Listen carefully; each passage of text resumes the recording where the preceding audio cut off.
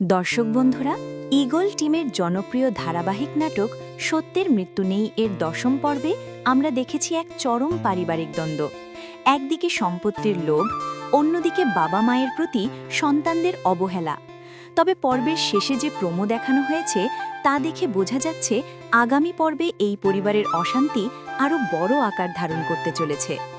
১০ম পর্বের শেষে আমরা দেখেছি রমজানের চাঁদ উঠেছে এবং পরিবারের বাবা সবাইকে নিয়ে তারাবি পড়তে যাচ্ছেন, কিন্তু মেজ বৌমা শাশুড়ির কাছে ক্ষমা চাইতে রাজি নয়, তাই নামাজ এড়ানোর জন্য সে কোমর ব্যথার অজুহাত দেখাতে শুরু করেছে। আগামী পর্বে আমরা দেখব তার এই ভণ্ডামি আরও বেড়ে যাবে। অন্যদিকে প্রমোতে আরও একটি বড় ঘটনা দেখা গেছে। পবিত্র রমজান মাসে পরিবারের এক ছেলে লুকিয়ে বাজারে গিয়ে রুটি, কলা ও পরোটা খাচ্ছে এবং সে হাতে নাতে ধরা পড়ে যায়। পরিবারের বাবা, যিনি ধর্মীয় নিয়মকানুনের ব্যাপারে খুব কঠোর, তিনি যখন এই বিষয়টি জানবেন তখন বাড়িতে বড় ধরনের ঝামেলা সৃষ্টি হওয়ার সম্ভাবনা রয়েছে।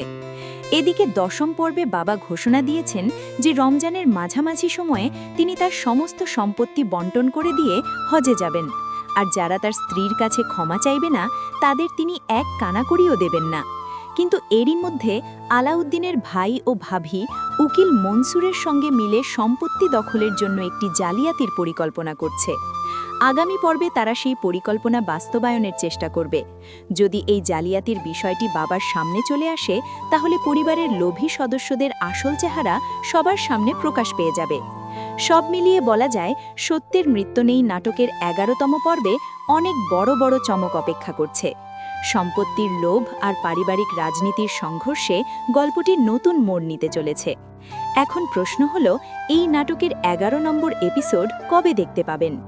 বন্ধুরা, সত্যের মৃত্যু নেই নাটকের ১১ নম্বর এপিসোডটি আপনারা দেখতে পাবেন আগামী ১১ মার্চ দুপুর ৩টায় ঈগল মিউজিকের পর্দায়।